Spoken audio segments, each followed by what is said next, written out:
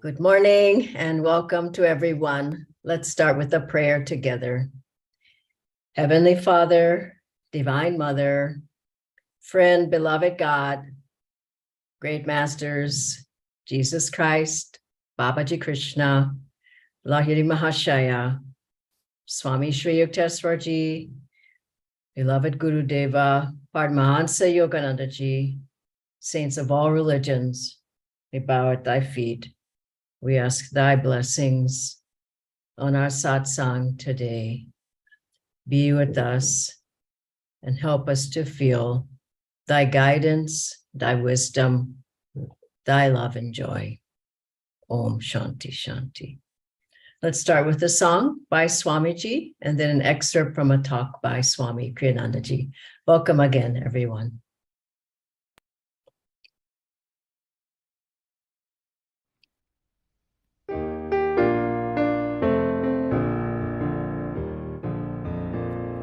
Some men call it progress, down with those who doubt.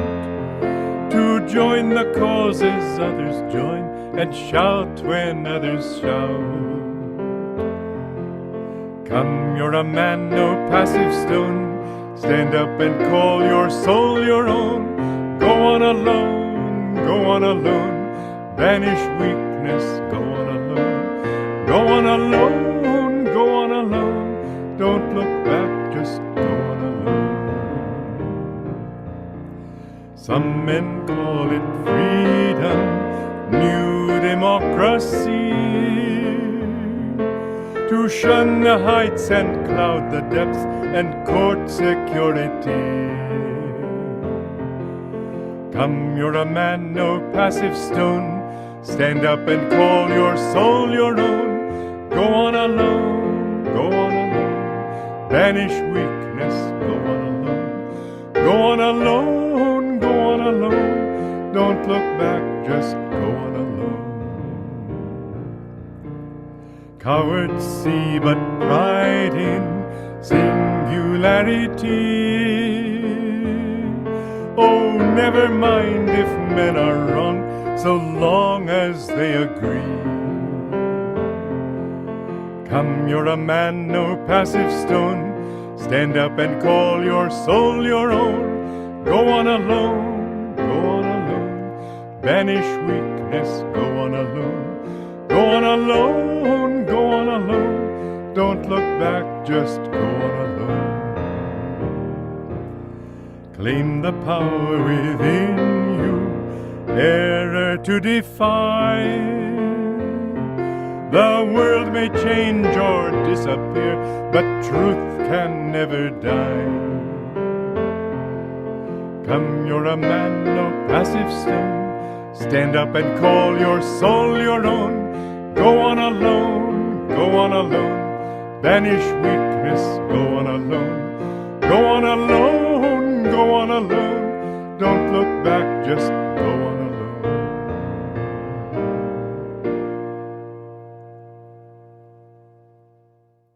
One of the most important things on the spiritual path is attitude. First of all, that which we put out. Secondly, it's the fruit of whatever good meditations we have.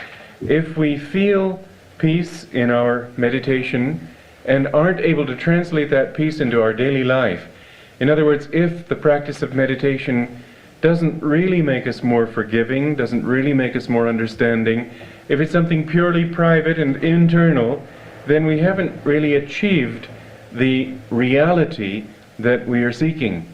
As I've often quoted a saying of Sister Gyanamata's, your religion is tested in the cold light of day. This attitude is the fruit of right meditation. It's also the groundwork of right meditation. It's without right attitude, we can't really begin to grow spiritually. One thing, for example, that Yogananda said was that you can't expect to please God if you can't win the love of your fellow man. Some people think that they have a wonderful relationship with the infinite, but somehow they can't get it together with anybody outside. It's almost as if this were their excuse. It's absolutely essential to understand that the basic attitudes that are required to find God have their definite counterpart on a human plane. In other words, the self, what is it that makes a person really attractive to other people? I'm not talking of, well, he's a wonderful singer, or he's handsome, or he's got tremendous magnetism for success, or something like that. I'm talking of basic things that everybody feels. You will always feel more attracted to somebody who's thinking of your welfare more than just thinking of himself all the time. If you're with somebody who, every chance he gets, he starts talking of himself and his interests, and doesn't even listen to you, then obviously he's not going to have nearly the kind of magnetism that somebody will have who is able to forget himself and really concentrate on you while he's with you. And that's not that different from what we have to do with God. Those people who in meditation are thinking, God, what are you going to give me? God, what am I getting out of this? God, why haven't I gotten the experiences I'm looking for, and so on, aren't going to be nearly as in rapport with the consciousness that it takes to enter the divine, the infinite consciousness, as those people who are thinking, God, how can I please you? What can I do for you? I'd like to begin on this topic of, am I making spiritual progress, with a reading from the Raja Yoga book. Swamiji's words. God comes to the soul in different ways, as light or sound or love or peace or intense calmness or power or wisdom or divine joy. One who sees lights may have visions of saints or angels or of the astral world. One who hears sounds may hear astral music or the sounds of the spinal centers. One who feels love may find tears flowing inadvertently in meditation. One who feels peace will feel as though he were drinking it in pure life-giving draughts. One who feels calmness, the positive aspect of peace, may feel his consciousness expanding as if into a vast hall. One who feels divine power will be made intensely aware that God alone is the doer. That man's own power is simply non-existent. One who experiences wisdom may develop deep insight into any question he asks of God, or he may know himself inwardly as the undying self. And one who experiences divine joy will never want for anything else. Never compare yourself with another, lest you fall into either discouragement or pride. Don't even dwell too much on the signs as I've described them here. I have only scratched the surface. God, who is infinite, can come to the soul in an infinity of ways, as exquisite smells, as 1,000 sweet tastes crushed into one, as divine instruction, as the purest divine merriment, as the tenderest imaginable forgiveness. Each soul's relationship with the infinite is unique. Compare yourself not with others, but only with your own self. Do you love God more now than you used to? Are you developing even-mindedness? Are you more inwardly contented and joyful, or at least happy? Are you renouncing self-will? Do you want to serve and please only God? If your answer to these questions is yes, and if you can add to your answer the wish to grow daily in these sublime virtues, know that God and Guru must be well pleased with you. Offer yourself into their arms. They will bear you surely and swiftly to the divine shores. How beautiful this is. And I think all of us wonder, are we making progress? We feel like we're trying and trying. Maybe we feel like we're not getting anywhere. Karma seems to still be there, wrong attitudes, maybe wrong behaviors. Maybe our meditation isn't as deep as we think it should be.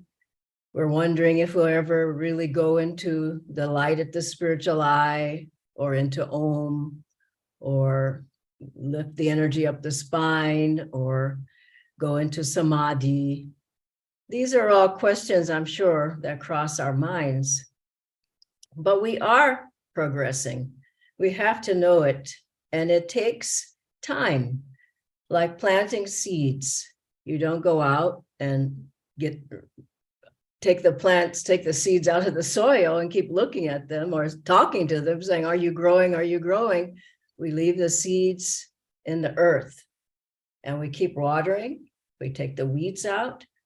As I was at Ananda village, I saw them planting tulips for the springtime at Ananda, and the ground got frozen and there was rain and wind and everything, but the bulb was still there and it was growing. You don't see growth all the time, but we have to know that it's there. If you look at your old photographs or think how you were before you came on the path, the attitudes you had, the way you behaved, the lack of energy or whatever, I'm sure you'll see that there was growth. There was one time Daviji said, Swamiji was talking about people who had grown on the path, and she said, I don't really think I grew much, Swamiji. He says, what are you saying? You're a completely different person. And if you think about it, you probably are a completely different person. And we grow from surely our own efforts. 25% is our effort, 25% Master's blessings and help. Master said, I'll give you lots of my good karma so that you can get there. And that it takes very, very, very good karma to even want to know God. We have that very, very, very good karma. We have to use it in this life. And then 50% is God's grace. And Swamiji said too, that we try and try, but we're just really lifting our cup up to God's grace. Really, it's grace, the grace of God that changes us. We can't change ourselves. We can make the best effort we can and keep trying and keep trying. Just like a runner, a marathon runner, practices, runs, goes further and further and further until he makes it. Or a musician who practices and practices, and then you can play beautifully. It doesn't come overnight. I played the violin, and I remember my poor family, oh no, she's bringing the violin home again. She's practicing again, but you have to keep practicing. And a good singer, Swamiji, he took singing lessons from someone, and he said after 6 months, the teacher said, that note, that's how you should be singing. He said 6 months. It took him to sing one note right. And so we need to be patient and humble and keep working at it and have faith. Everything Master said in Autobiography of a Yogi, it's the truth. He lived it. He saw those masters. He lived with them. He outlined our path. He's given us everything we need, all the tools. He said, if you do 1/100th of what I've given you, you can get there. And so you have to have willingness, will, determination, sticking to it, not going from one path to another, one guru to another, and not being faint-hearted. Have deep faith. The gurus know what they're talking about. And do your part without fail. So I want to go into just a few, like Swamiji said, there's so many ways that God can come to you. But I'll just go over just a few ways that you might see that you've made spiritual progress. One is a very important one: less self-involvement, less self-thought, less self-importance. It's big. It's all ego. I am this, I'm that. Swamiji asked Master, have I been your disciple for thousands of years? And Master said, all I'll say is it's been a long time. They leave for fame, name. And Swamiji thought he must have said those two because I must have had that. And once Swamiji was, he was at a conference and someone came up to him. They were chatting and they said, well, what is your name? And he said, my name is Swami Kriyananda. Oh, but you're famous. The person said, he said, well, I don't know about that, but why do you say but? She said, well, most famous people seem important. And Swamiji never seemed important.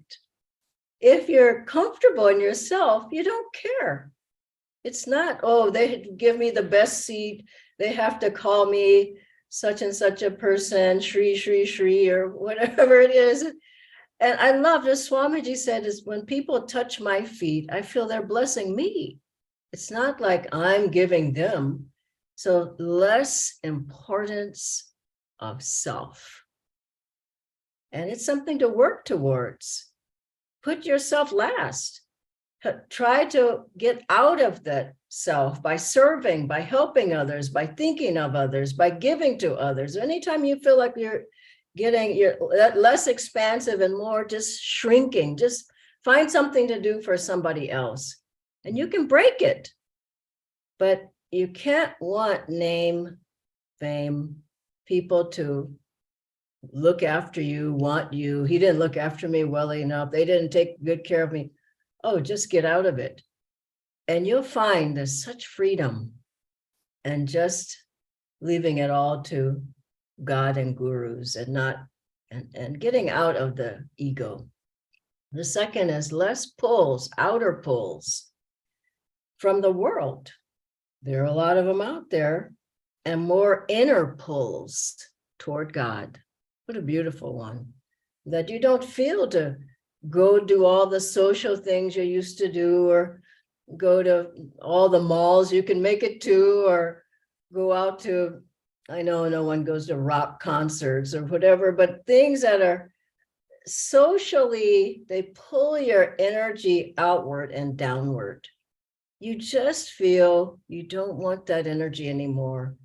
There's a draw to meditating more.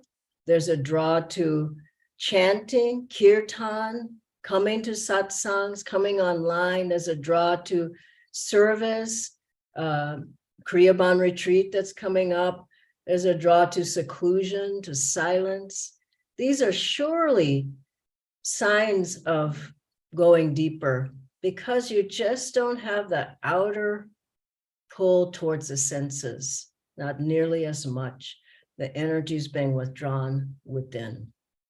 And next one, attitudinal and behavior changes. Maybe there's more centeredness in yourself for sure.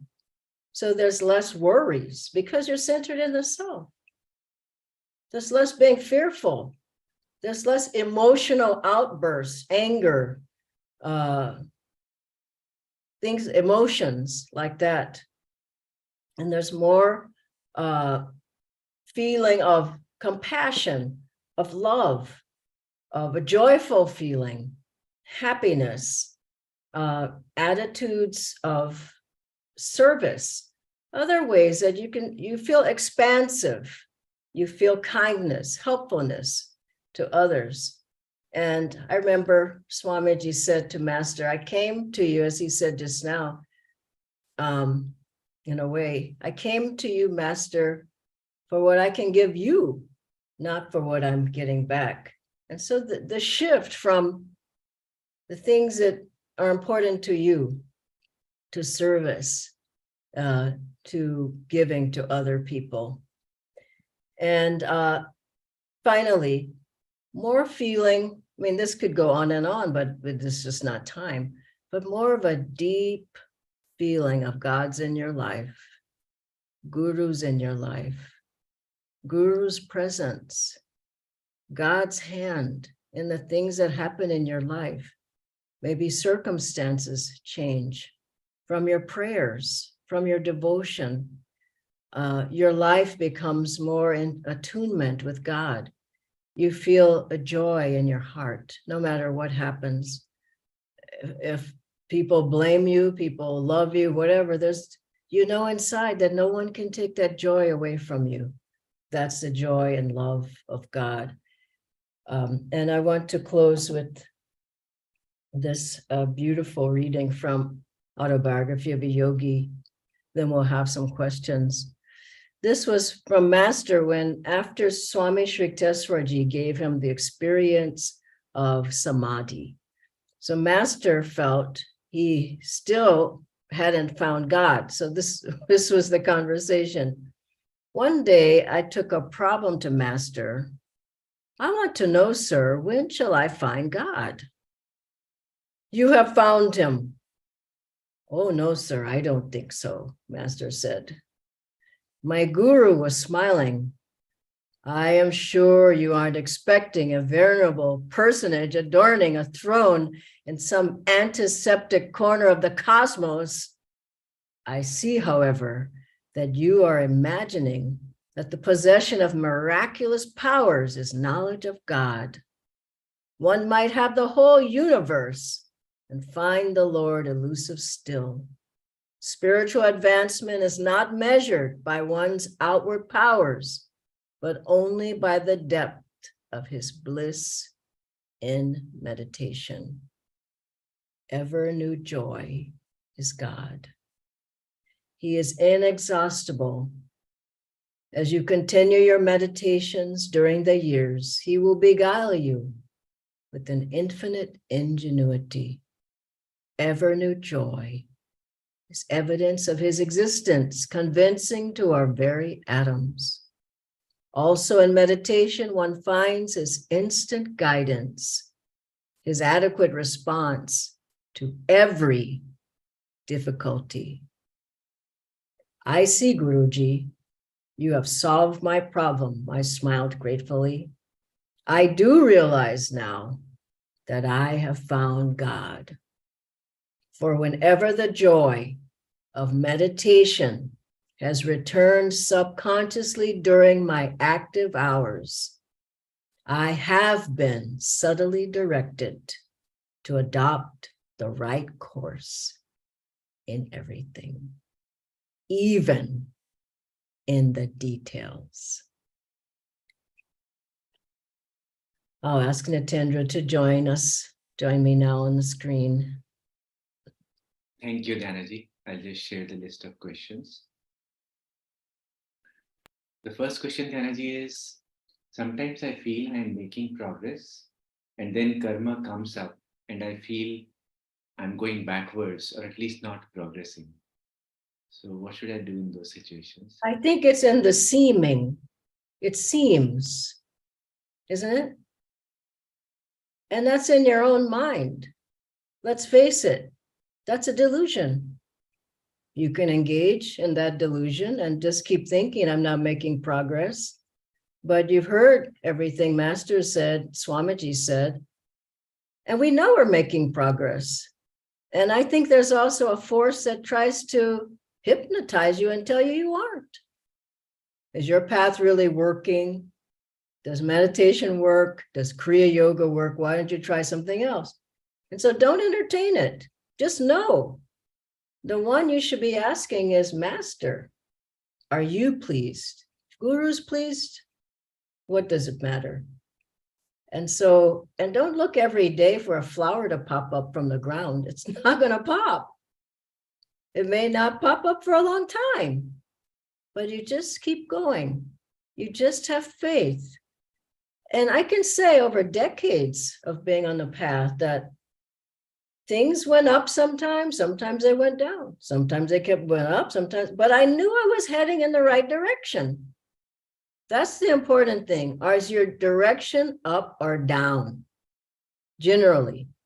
And if the direction is generally up, everybody has karma they're working on. This happened, that happened, health problems, finance problems, relationship problems. So what? It's your own karma. But you keep going, you keep faith, you keep practicing Kriya. That's the one thing. Don't stop your practice. My God, if you stop the practice, you're just out there alone without any help. If you let go of master and say, well, he's not helping me, so I'll just go with somebody else. Remember that story of the woman who she told master she had another guru who could dematerialize himself and materialize on another hillside. And she said, I want to go with him. This is what happens. I hear it from people. They're not that, but other ones. And master said, all right, that's fine. She left. Swamiji said in a year she came back and she was a completely different person. I've heard it many times. People, they don't know what they have. And then they leave it and you come back, and master would weep sometimes when people came back and they just were completely different people. And he said, I told you not to go. That one man, he said, if you leave now, it's going to be 200 lifetimes before you get back to this point in your spiritual growth. And he left. Wow. Shocking. So we don't know what we have. We have the aura of our Babaji, Lahiri Mahashayaji, Swami Sri Teswaji, Jesus, Krishna, Master, they're all behind us, pushing us through. But if you say, no, I had enough now, I meditated long enough and nothing happened. Well, think again. You want to come back a gazillion lifetimes more? Maybe without this line of masters? My God, don't let go of what you have. And I think finally on that answer, don't think so much about it. Why are you thinking about it? I'm thinking, am I making, I'm thinking. Instead of thinking, do something. That's what I would say. Don't think about it. Get in your meditation room. Get out to the center and serve. Find ways that you can help other people. If you're sitting home thinking, are you making spiritual progress? That's not right. Get up and do something. Then you'll find you are. I know sometimes, and people have told me, you can be serving all day till exhaustion, really. And you come home and you sit to meditate and you have the best meditation you had in months. I'm sure that's happened with you, Nitendra, too, isn't it? And you wonder, how did this happen? I thought I was exhausted. Grace. Grace. You can only do so much yourself anyway. Let that grace pour into you. Next. Yeah, Dhyanaji, we have 2 more questions. The next is, after taking Kriya, I thought everything would go much better, but lots of karma came up and so did difficulties. So why is that? Is Kriya creating more karma? Yeah, I've heard that question a lot. It's your own karma. Kriya is helping you to get out of the karma. And rather look at it like, wow, now I'm strong enough to deal with the karma, rather than, oh my God, there's more karma. And I think also you don't really see the karma if you're not that aware. Most people aren't that aware until they get on the spiritual path. Then they start seeing, oh, this is what I need to change. Oh, this is difficult, or this is a problem. And Kriya is not creating the karma. The karma was there and it's helping you to get rid of it. But your progress is accelerating. So maybe more is coming up at different times. A lot of karma comes up. Master said karmic bombs come up. But is he not there to help you get through it? I've certainly seen the bombs, but I didn't run away. Maybe I wanted to run away. But where are you going to run? Where can you go? The karma's running after you. You can try to run. You have to deal with the karma. So as you do, I would say, instead of thinking Kriya is bringing it up, why don't you do more Kriya? Do more Kriya. Energize. Make sure. Some people don't energize. The karma is going to hit you and knock you down. Some people never do Mahamudra. They don't do the practice. And they say, karma, karma, it's my karma. What? I mean, do something about it. You got to be like Arjuna. Get strong in yourself.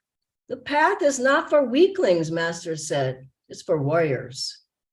And you can't fight all your battles at once. Just do what you can. Well, you do fight one battle, then you go to the next one.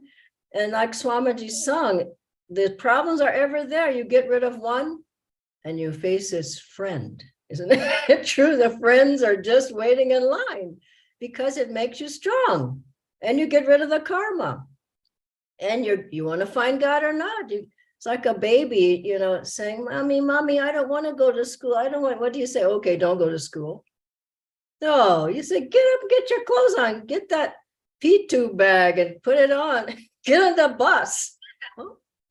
So Master's not going to baby you. And Swamiji said outright disaster wasn't the word he used, but something like that he used. Master would take away from you. But if you needed to grow from something, he'd say, you got to deal with it. So see the karma is coming from the guru. That's the best way. Then you don't say, it's not my karma, that's his karma. No, Master gave you a nice gift. There it is, wrapped up just for you. And if you deal with it, it's gone. Thank you, Dhyanaji. Just related to that baby part, there's another live question. How do I get rid of lethargy to do a particular job? Energize twice a day, do more Mahamudra, get out and exercise. Don't eat so many sweets and fatty, oily, heavy fried foods. Serve more. Affirmations are good. Maybe, here's another one. Get off the social media all day, every day. Turn off the television. I mean, the list is long. Turn off the movies. No, all of these things will help you. Do more yoga postures, and then one day have a day that's your own. It's not a working day. You're not racing. You have the time to do more of all these things. You have the time to rest your body. Make sure you get enough sleep. And maybe do a fast. There's the 3-day orange juice fast, which some of us are about to do. There's the 9-day cleanse. Cleanse your body. There's a lot you can do. Don't do them all at once. Do something though, and just try to keep your body really, Master said, keep it fit for self-realization. Don't let your body fall apart, and not your mind either. Yeah. Thank you, Dhyanaji. One last question. We're out of time, but just if you have any thoughts. Yeah. I feel like I've made progress in some areas, but not in others. Sure. So sometimes it feels discouraging. Any advice on that? Don't be discouraged. I mean, gee. Discouragement only lowers the energy. Discouragement makes you, I'm going to tell you what it does. You go into a negative vortex and you buy into the dark force. Isn't it so? Discouragement. You can't do it. Don't even try. That's what discouragement is. And that's a satanic force. The masters say you can do it. Swamiji said, say yes to life, get up and go. And so if you can't fight all the battles, you can't do it anyway. Do one at a time. One thing, work on that, and then get something else. I just, instead of making it mental, just ask Master, what do you want me to work on? Let him tell you. You need to work on not being angry, or you need to work on not being fearful. Let him tell you. Instead of, okay, I got a long list here. This list is going to last me 50,000 lifetimes. Just say, Master, what do you want me to work on? And let him, and then say, and help me. I want to do it, but help me. That's the best way. Keep turning it to the guru. Why do we have a guru? Nobody ever calls on the guru. Call on the guru for help. You can get out of anything and make deep spiritual progress. Thank you, everybody. God bless. Thank you, Natendra. Bye-bye.